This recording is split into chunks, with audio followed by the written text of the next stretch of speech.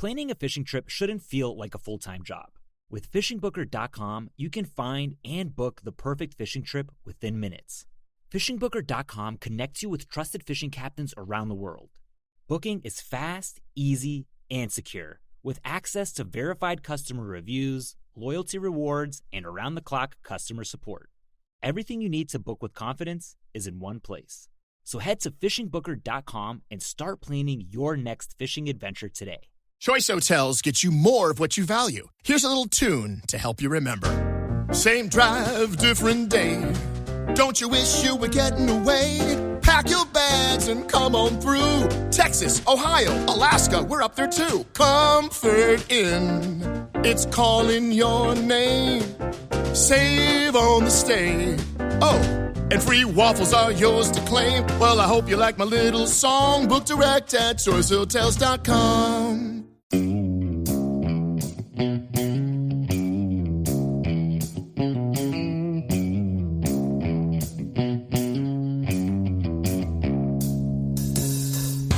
All right, welcome back to the Survival and Basic Badass Podcast. Kevin and Chuck.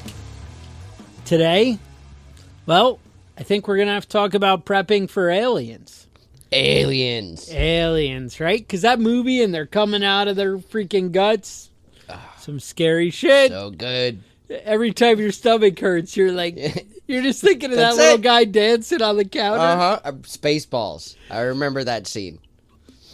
But anyway, so, well, basically more and more, the government's been coming out and like saying, oh, Navy pilots saw UFOs or, different things like that. They keep giving us some different like little hints that it's real. And remember, Hillary was going to expose it when she became president. But Donald Trump was going to expose it too. And he I don't know, somehow they got forgot what he was doing, right? See, the thing is, it's a big con because they're both reptilians. Yep. So of course they're not going to let that out of the bag. So we did hear. Well, remember there was that thing that flew in front of the sun that was Uma or whatever. Oh yeah, I remember that. Mua or something? Yes, that sounds... Mua. Whatever it was ridiculous. I remember, this big cigar-shaped one. Right. And then right after that, they were like, oh, we're going to make a Space Force. Mm-hmm. Now, it's going to sound hard to believe, but that was actually a year ago. That was June 18th, 2018. President Trump directed the Pentagon to begin planning for Space Force. Mm-hmm. Now, at first, we all got excited. I know that... where I buy my body armor, they came out with this like kind of clay red body armor, and they said, so that way if we're fighting on Mars, right, you're gonna be good to go, right? And I was like, shit, order me up some of that. Gotta have some of that. I don't have red, I got green, I got desert camo, whatever. But you never know when you're gonna end up on Mars, right? Exactly, or in a bloodbath, right? Either way. So, all right. Now, as I dug into it a little bit more, though, I guess in August, Vice President Mike Pence and the Department of Defense released more details. Now, it turns out the details kind of imply it's not really for fighting aliens. It's for, like, protecting satellites and shit like that. Okay. Yeah, so I've got a little bit about this here. So... they said the Space Force Command, in addition to an independent service overseen by a civilian secretary, it's not yet clear how many troops will be in the Space Force or how much it'll cost. The new military service is set to be established by 2020. The to-be-developed Space Operations Force, described by Pence as an elite entity, will include joint space warfighters who will provide space expertise from combatant commanders and surge expertise in time of crisis to ensure that space capabilities are leveraged effectively in conflict. The force will be composed of people from all branches, But for the most part, they're saying special forces types. Yeah, it's mostly Air Force guys. All right. And then it said, well, hang on, though, because they said they must be prepared to deploy teams of space operators to Europe and the Pacific by next summer, ready to surge expertise forward in a time of crisis. Then he said, this is why I say not really aliens. With Russia and China developing weapons that threaten U.S. satellites and investing in hypersonic technologies, the nation cannot afford inaction. That's right. That's Is that- right, and that that's where what you're most of it was about. Now it's called the Space Aggressor Squadron. Woo! I just like aggressor in the name. Yeah. You know? Developing their goal is developing strategies to defend our assets against a space-oriented attack. The Now, Air that could Force be aliens. Now the Air Force already has the 26th SAS, Space Aggressor Squadron, Ooh. and the 527th SAS. But they're both based in Colorado. Now the idea is the GPS system is run through a network of 31 satellites, and the primary goal is defending the satellites. Now, from the 26th SAS Squadron, Captain Christopher Barnes. This is a quote from him. We study threats to the space realm either coming from space or based on land. If we cannot directly replicate them with hardware, then we will figure out if there's a software solution or some way we can train people to the point where they can fight through them if they have to in a conflict. Now, here's some of the weapons that they've already developed to use. All right? Brute force jamming. Yes. That's to disrupt any sort of communications, whether it's alien or from this planet. U.S. Navy's laser weapon system can shoot down projectiles, aircraft, and drones.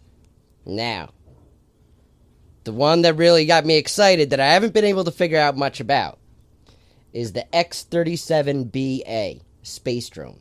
Woo! A space drone, top secret, capable of satellite espionage. Now you know about it, even though it's top secret. Well, the details are top secret. All right, it's capable of satellite espionage, offensive and defensive capabilities, also involved there. So I don't know what it looks like, but I'm excited. I'm excited about it. Space drone. Now, is it an aggressive space drone? Because that just sounds great. It's offensive, which you know is what just would be as good cool? as If they had aggressive. that freaking Gatling gun, like on an A-10 Warthog, Yeah. up in space. Mm-hmm. I mean, I imagine if we're fighting UFOs and shit, a Warthog really That's the way to is go? the way to go. Yeah. Because really, who Pretty stands dope. up to They're that? pretty dope, man. And it's just scary. Even just the noise, you know? Like in, what was that? Close Encounters? Or what's the one with the keyboard? Yeah, that's Close Encounters, where they're playing Close the music Encounters, and the lights yeah. and the whole thing. And what alien movies always have that weird, like, loud tone that happens. Yep. I figure we're going to throw it right back at them when they hear the Warthog burp at them, you know? Yeah. And be there like, you go. Oh, shit. that doesn't sound good. All right, so here's another strategy that I saw online that I thought was pretty ingenious. All right. But it goes completely against the Space Force plan of protecting the satellites. What they say is to blow up all the satellites into pieces so that there's just millions of tiny flying pieces Space of debris. Space debris. Now, So- that's the first one. You build a force field around the Earth. That's phase 1. All right. Phase 2 is attack during entry into the atmosphere, because the entry into the atmosphere is creates massive amounts of heat and disrupts communications. Yes. So that you use the THAAD system, which is Terminal High Altitude Area Defense System, which is a missile system, which as they're entering the atmosphere, they're going to be less able to defend against or see incoming projectiles. Because that's when they're like, oh, everybody starts screaming. I've seen like Right. a what is it, Apollo? Yeah, all whatever. those Apollo movies, Yeah. right? And Tom Hanks and everything, and A Few Good Men, whatever, you know? Yeah, Space Cowboys, all that shit. Right. Whenever they're coming through. Well, now, I actually went to space camp, so I'm like an insider. You're already we'll in. say. You already know. Now, mind you, this was like 1987, something like that. Right. You know, technology may have slightly advanced. However, In the I past do have 30 to years. point out when I went to a job interview and I was like, well, 20 years ago, this is what I worked on in the Navy. They were like, shit, we have that same stuff now. And I'm like, Nice. yeah, that sounds about right. Yep. And yeah, so the government, a little slow on the uptake, right? All right, so here's phase 3. Well, wait. So in space camp, Okay. I have to point out that they showed us a program. They're charting every object of space debris all Right. around the planet. There's just So like wrenches when they and go shit up there floating around and they up there. lose a wrench, Yeah. they're actually tracking it, and you can see like a chart, and they're like, "Oh yeah, that wrench is right here now," because you don't want to crash into it. And there's I couldn't find a number, but there's tens of thousands of satellites up there, let alone the space debris that's just drifting around And already. wrenches, yeah. So whole toolbox. You're And like, and a screw that's traveling at 10,000 miles an hour, man, can be a bit of an issue. especially to your spacesuit. That's right. Unless you have your Mars body armor. Mars body armor. Now you're getting it. All right. Phase 3. All right. Nukes. But not the spaceships. The planet. They're saying blow the whole thing up. Just give up. Just Because they threaten. can't come steal Yeah. our resources if we blow them destroy up. the whole thing, that's They're going to be phase like, 3. well, fuck, we don't even want that one. Yeah. I mean, to me, it doesn't seem like that really works out in anybody's favor, you know? But whatever. That was. Or the second option for phase 3 is guerrilla warfare. That's what I'm talking about. We're going to get into that. All right. So if they don't buy if they call our bluff on the nukes, then it's guerrilla warfare. Well, let me tell you a little bit more. So, some different attacks. And basically, so you have an idea of what we're dealing with. So, now, they're not really attacks per se, but we'll say encounters. All right. In December 2017, the world was stunned to learn that pilots from the USS Nimitz, while conducting exercises off the coast of California in 2004. Now, this is what I'm talking about how the Navy's starting to release stuff now about shit, that's been going on. Right. In 2004, they had an encounter with a Tic Tac shaped UFO. Now, if any of you guys have watched this show, Unidentified, I think that's what it is on the History Channel. They actually started the series out with this, and basically, it was conducting, able to do impossible aerodynamic maneuvers. The Navy pilots actually saw it firsthand. It wasn't just on radar, and it wasn't some guy with a camera down on the street. I mean, they were literally like within 30 feet of it. Right. And I guess they said that it ended up, like my notes here, it says 5,000 miles an hour, but they said in order to clear when it took off, it ended up showing up later at their destination, and they said it would have had to travel like 3,700 miles an hour. Yeah, and they said it just seemed like it disappeared and reappeared. Right. So, I mean, that's, some serious shit there. So, basically, it was the Spy 1 radar, the Aegis radar. Now, this is something I actually have a little firsthand knowledge on. All right. I was on an Aegis cruiser. We had Spy 1 radars, and these radars are badass.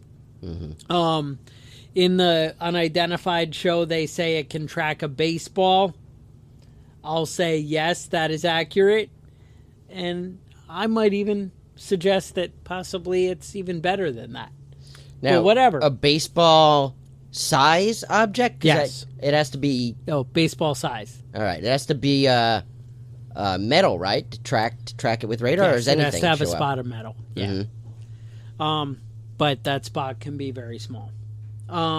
So basically, they were doing maneuvers, and the battle group is out. Usually has 2 Aegis cruisers, usually has another 2 destroyers, carrier, some other cool shit out there, right? Couple subs. We'll say 1 sub that you know one about. sub in a battle group. 1 sub. Right. Whoa. Just one. Whoa. And then, so whatever. And so they're out there and they're doing maneuvers and training exercises. And I think it was the Princeton is a cruiser. And they were like, hey, we have a contact. You need to come check it out.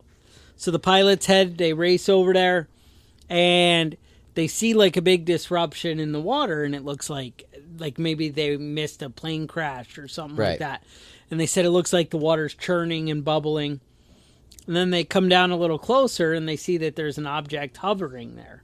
Just below the waterline, or just below, I think. Yeah. And so they were like, well, wait a minute, this is weird because we don't see any kind of propeller, propulsion, jet, heat signature, any of this. They said it just was like shaped like a big Tic Tac, just like a big oval, I guess. Yeah. And it just looked kind of, in their description, what we saw was kind of like a white light, maybe a white metal, that kind of thing. So one of the pilots, after they're circling it a little bit, it's like, hey, I have balls. I'm a freaking warrior. Let me go down and check this bad boy out. So he flies upside down and just heads on down there. Maybe he wasn't upside down. The thing I saw, it looked like he was. Okay. Goes down to check it out.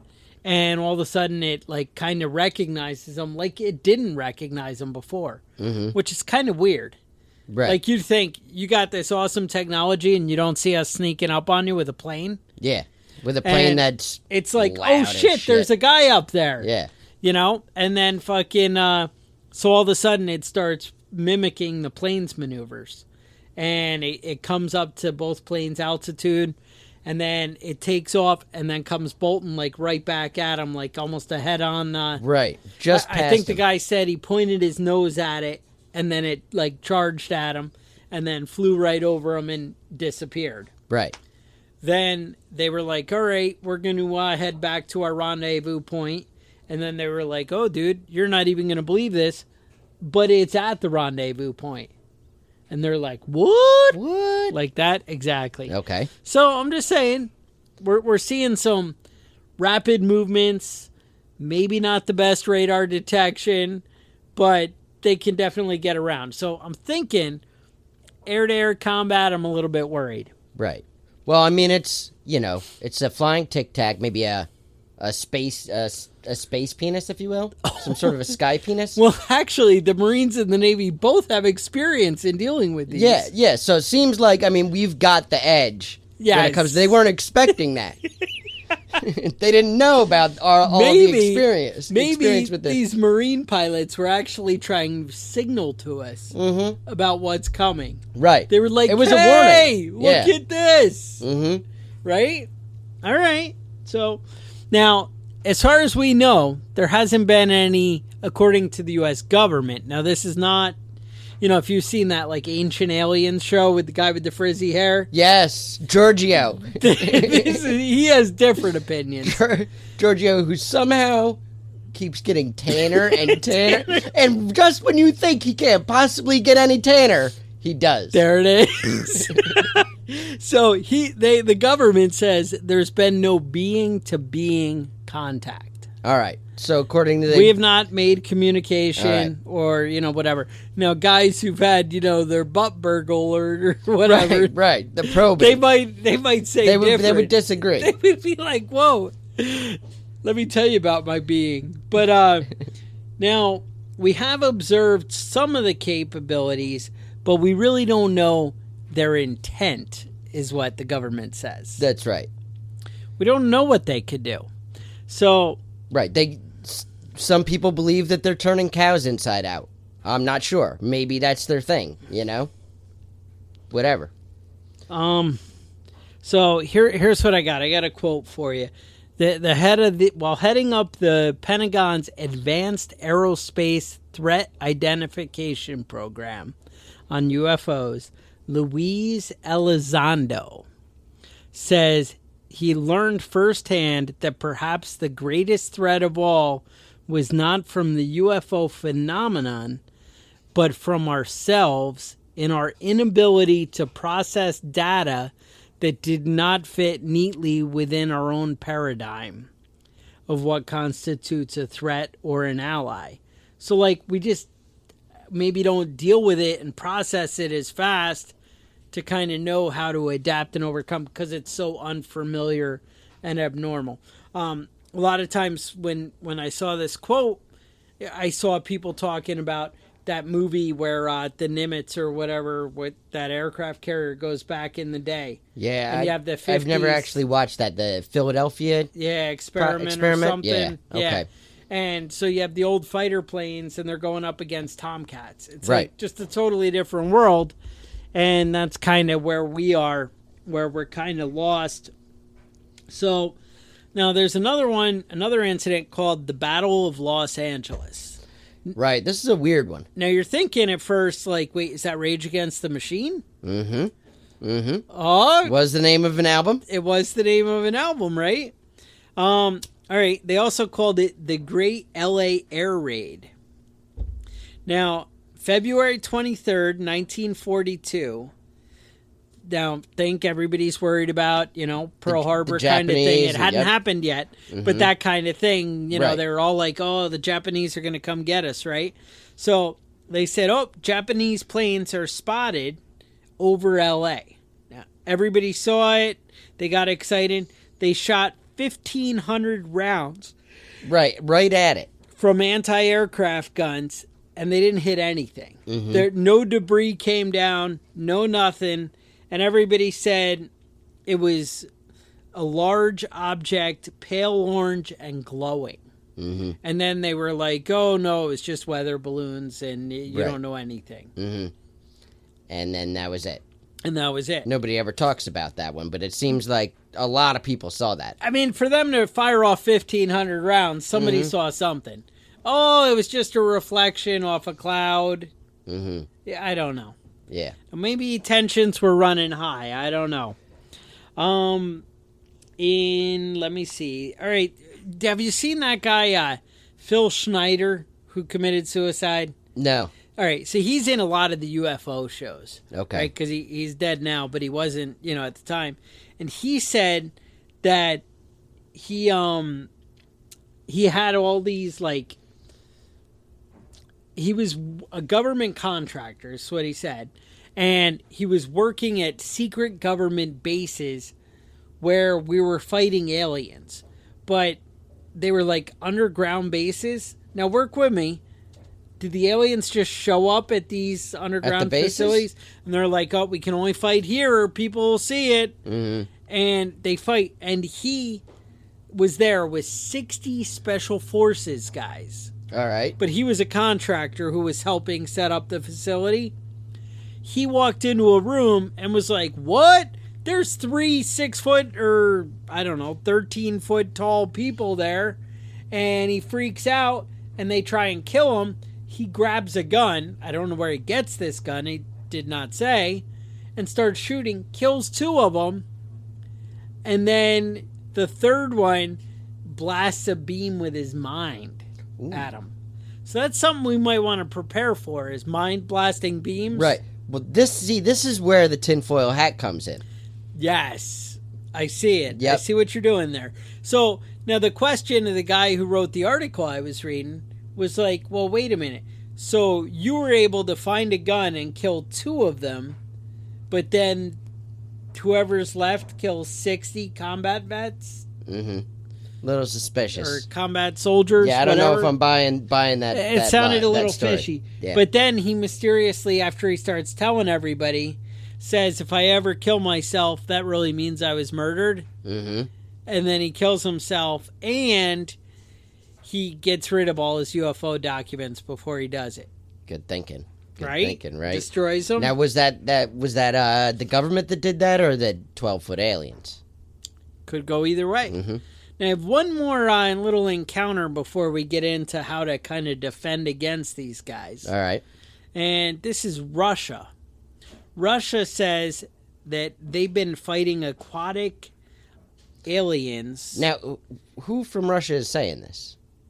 Where's this? Is it just some drunk Russian? No, this is from the government. All right. But they say that they have unidentified submersible objects. So they call them USOs. Ah, okay. Submersible. See what they did there? Because they were like, well, you guys have UFOs. We want our own thing. In 1982, they were training Navy divers. And they said they saw weird swimmers in the water who were 3 meters tall. All right. All right.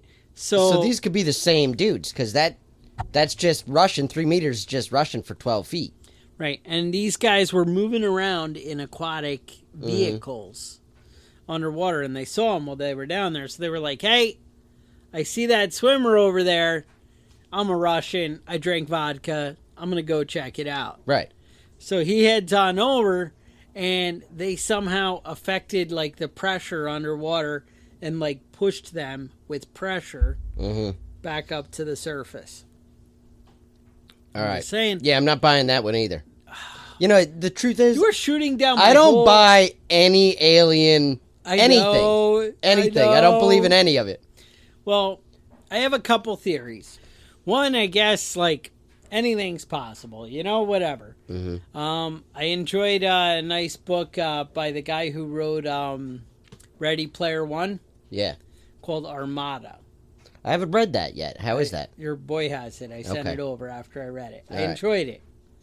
And basically it implied that our government recognized there's aliens out there, and they set up the whole video game industry to basically train us to be like combat fighters in, you know, Yep. like asteroids. Right. And they set up the simulators to work just like video games, you know? So, all right, and then they end up doing drones, space drones. Space now drones. you're seeing where it's starting to overlap. Yep. See it? All right. So, I don't know. Anything's possible. I don't know. You know, everyone's like, oh, well, you know, God and there can't be aliens. I'm not sure where in the Bible it said there couldn't be aliens. Yeah, I don't remember that part. I don't remember that part. So, you know, whatever. To each his own. So anything's possible. It's a big universe out there.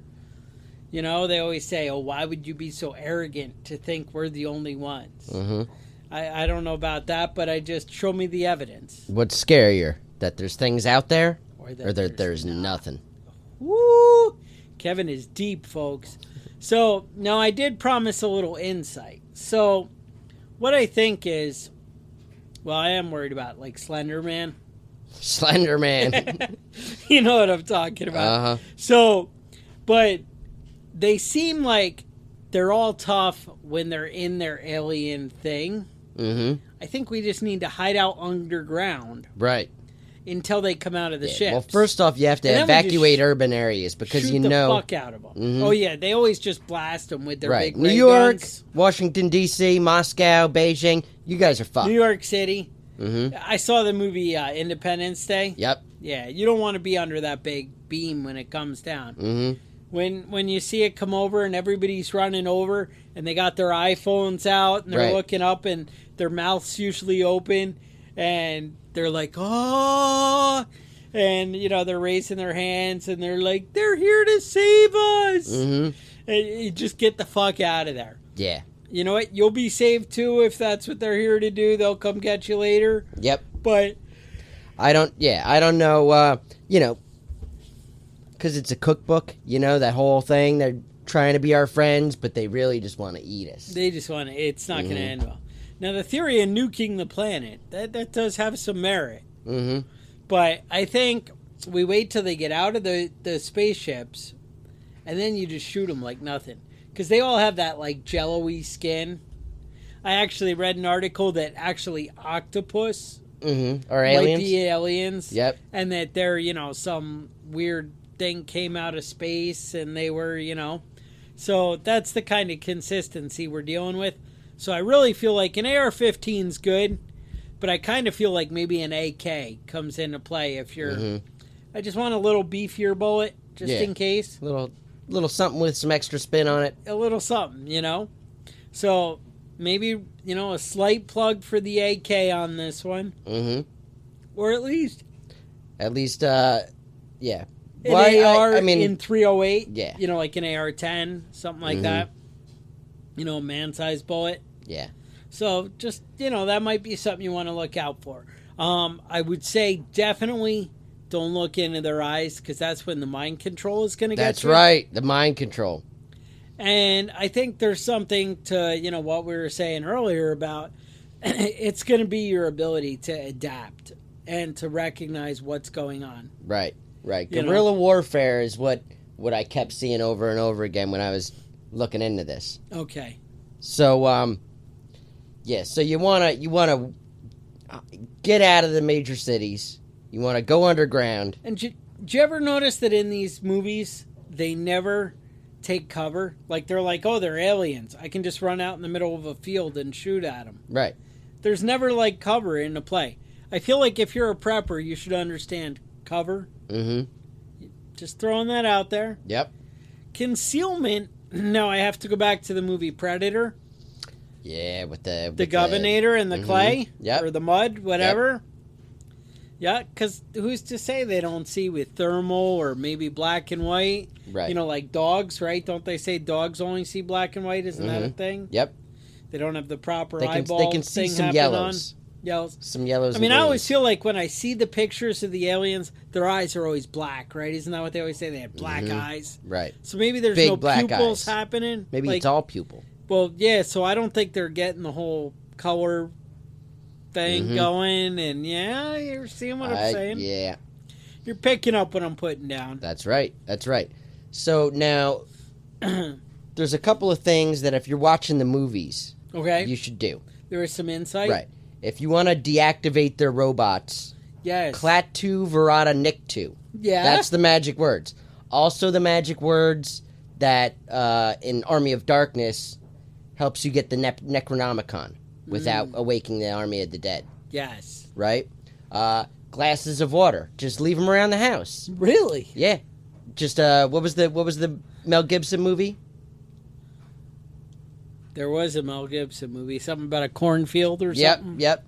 Now, you don't want to automatically just start shooting at them, because the day the Earth stood still, they shot the dude. The robot just melted everybody. You know, can't just shoot at him. Right. Nope. But if you're in like a sniper hide, then you don't have to worry about it. You're good. Just keep your distance from the death ray. Right, but keep thermal in the back of your mind. Mm-hmm. Like, you know, think about that thermal cloaking. Cover yourself in mud. Yep. My favorite alien movie, though, Mars Attacks. Yeah, that's a good one. They have the big heads. Mm-hmm. Yep. Jack Nicholson. Michael J. Fox. Pierce Brosnan. All-star cast. All-star. Jack Black. Yes. Mm-hmm. No, I do recall that as a top pick. Yeah, Christina Applegate. Kelly from Married with Children. Back super hot. Before she got not so hot. She's still kind of hot. Kind of hot? I think you're getting too old. Your eyes are slipping. If she listens to the show, we're going to be in trouble. That's right. If she's one of our 3 fans. Mm-hmm. Now, so the idea is get out of the urban areas. Stay underground. Watch out for night vision. Don't expect that the bacteria is going to eat them all up like War of the Worlds. You know? They probably have that plan for that, you know? And what about the Blob? Ooh, that was a good one. The 50s one was the good one, though. Yeah. They made some bad remakes. And it's like creeping jello through the town, and they're like by the park, and... Yep. Yeah. No, there's good stuff out there. Classy. Mm-hmm. So just something to think about. You know, we're putting it out there. Now, actually, if you guys are worried about really being ready for alien defense, you might want to subscribe to TACPAC. That's right. Now, TACPAC kind of sends you a little bit of those unexpected items that you're like, you know, I'm not sure if I'm going to need, and you wouldn't maybe buy on your own. Right. Like they send you like 1 or 2 things that you know you need. And you're like, damn, I've been waiting for them to send me this. But then there's a couple of things where you're like, oh shit, I didn't even think of that. Mm-hmm. TacPack's got it. And I just feel like any time now, some kind of like alien repellent will be in there. And if you miss the box, it's too late. It's too late. It's gone. You don't That's have the it. whole point of the subscription, That's right. is that you're going to be on the inside. So if you want to do that, you want to use the code BADASS, and maybe they'll hook you up with some alien repellent.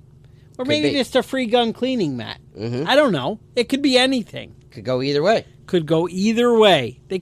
It's different all the time. Right. That's the beauty of it. Now, if you guys have alien abduction stories, if you've ever been abducted by aliens, I don't want to hear about the probing. no probing stories, No probing. but email us at preppingbadass@gmail.com. Okay. I want to hear all the alien stories. Kevin's like, give me the deets. Give me the deets. Yep. All right. I want to know what they look like. Were they the grays? The grays. Were they the I little find ones? the grays the creepiest. And yeah, they're usually short, right? I mean, Right. all that we were reading about today, they're really They're tall. tall. Right. But I feel there's like they're different- little people. Now, the With big heads. alien UFO community, the ufologists, Okay. they say that there's 10 different types of aliens. 10? There's 10 of them. So I don't know which one is which, but they've all got their own names. There's the whole thing. Okay. The whole thing out there. Now, Bob Lazar, he was a guy that worked at Area 51. Okay. He says the government has 9 different types of spacecraft That is a lot. in their hangars there. So Now, they have more than 9 spacecraft, just 9 types? 9 types of spacecraft. Okay. They haven't been able to figure out how to really operate them or how they operate, but they have been able to fly them. What? That's How right. can you fly it but not know how it works? They don't know how it works. It's anti-gravity is how it works, and they don't know how anti-gravity works. Right. So, I mean, just throwing it out there. Also, there's a rumor going around that the aliens at Roswell, Yes. not aliens. What? No. It was, in fact, a weather balloon type of object. And what they did was use plastic surgery on mentally handicapped people and altered them to look like aliens. And then, this is the Russians, then dropped them from high altitude So we'd be aircraft. confused? Yes, just to freak people out. Nice. That's why the government covered it up, because they didn't want to freak everybody But out. the Nazi That- shit with the aliens, that was real. I don't know. I don't know anymore. I've heard so much.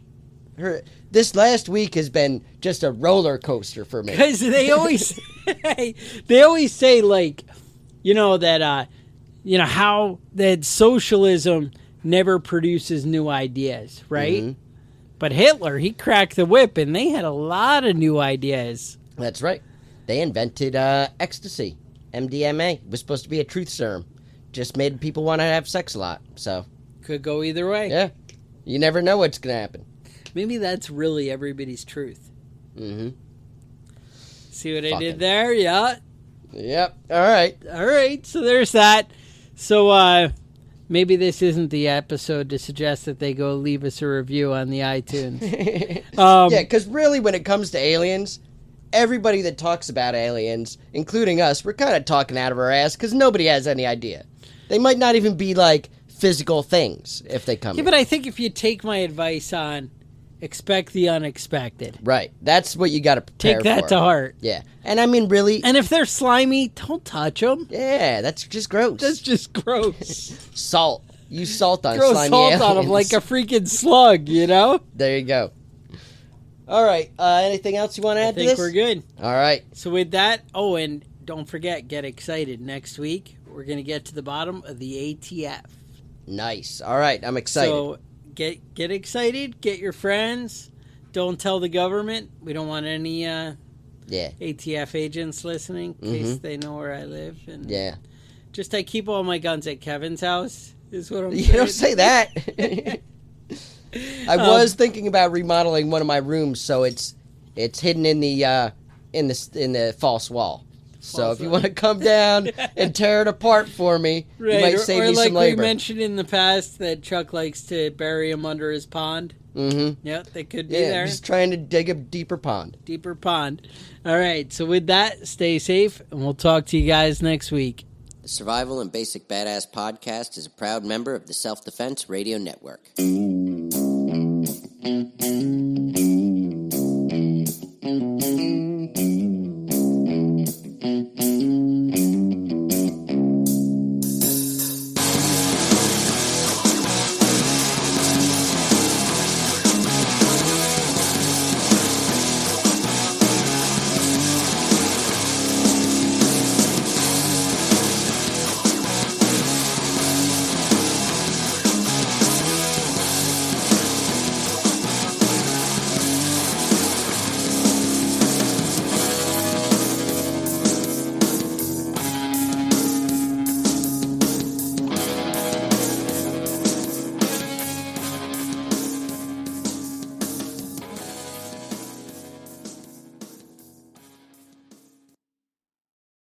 Planning a fishing trip shouldn't feel like a full-time job. With FishingBooker.com, you can find and book the perfect fishing trip within minutes. FishingBooker.com connects you with trusted fishing captains around the world. Booking is fast, easy, and secure, with access to verified customer reviews, loyalty rewards, and around-the-clock customer support. Everything you need to book with confidence is in one place. So head to FishingBooker.com and start planning your next fishing adventure today.